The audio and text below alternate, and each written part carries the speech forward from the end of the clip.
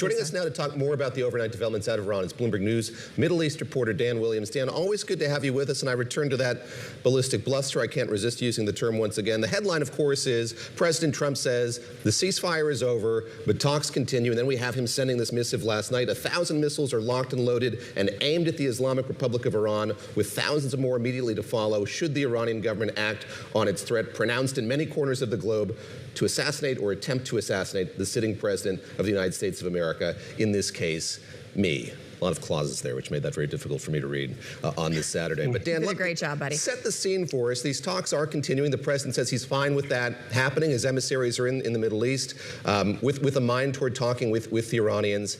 Yet the backdrop doesn't seem very conducive to much progress. How do you read it? Well, I think this is largely about Hormuz, and I think it's largely about Trump being very personally upset, miffed at the open displays of defiance and hostility toward him that we saw in that week-long funeral for the slain supreme leader of Iran, huge banners in English threatening bluntly the killing of the U.S. president. Now, to be fair, he's no stranger, or the Iranians are no stranger to receiving such rhetoric from him. We'll remember just a few weeks ago, a couple months ago, talk about effectively ending the Iranian civilization if they don't comply with U.S. demands. That was just one of the selection that we had on the smorgasbord of Trump's ballistic bluster, as you put it. But now he's taking it personally. It's worth remembering, well before this war, I believe there were two assassination attempts uncovered by U.S. authorities that were attributed to Iran. There is that long-standing state of official hostility between the countries well before the war, well before the Trump administration. So that shouldn't be surprised. I think what he wanted, what the U.S. administration wanted out of this MOU, which we in the press tend to refer to as an interim peace deal in shorthand, was a week-long reprieve for that funeral, leading to, and obviously the opening of the Strait of Hormuz, mutually by the Iranians and by the U.S., leading to a sequencing of diplomatic talks resolving the differences.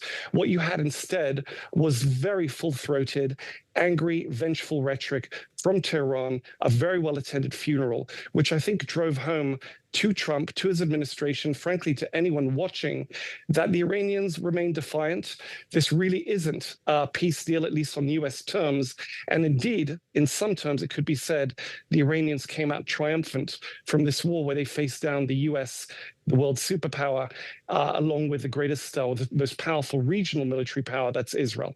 Although there was one very prominent face missing from that funeral, and that was the new supreme leader, Khamenei. No word yet on where he is, on his health, on the state of him. He has not been seen since all this happened. We talked about how there are these technical talks happening probably in Oman over the weekend. The U.S. wants Iran to publicly state that the Strait of Hormuz is open and say it's going to stop firing on commercial ships. CBS is reporting that Iranian officials privately told the White House it was a mistake. They shouldn't have fired on those ships this past week, and it was a bit of a command and control issue.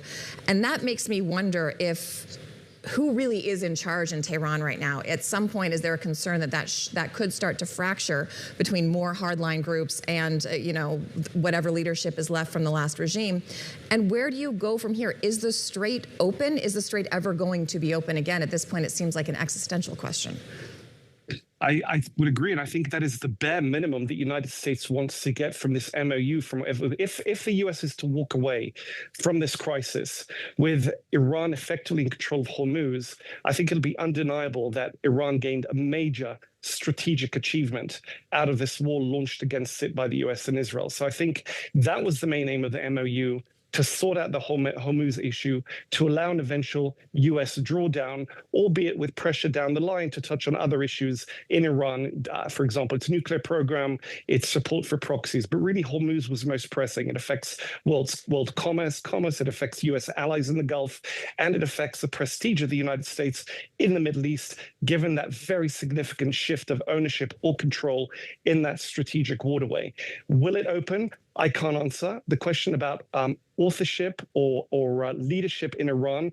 Iran really is a black box to outside observers. They've exercised extraordinarily good message control, largely by shutting down the internet throughout the course of this crisis. Just 6 months ago, they brutally shut down a nationwide wave of uprisings, something of a mini insurgency, which they managed to put down. They face pretty open threats from their enemies to stir up such opposition, topple the regime. They're not going to allow to happen if anyone's going to ask them.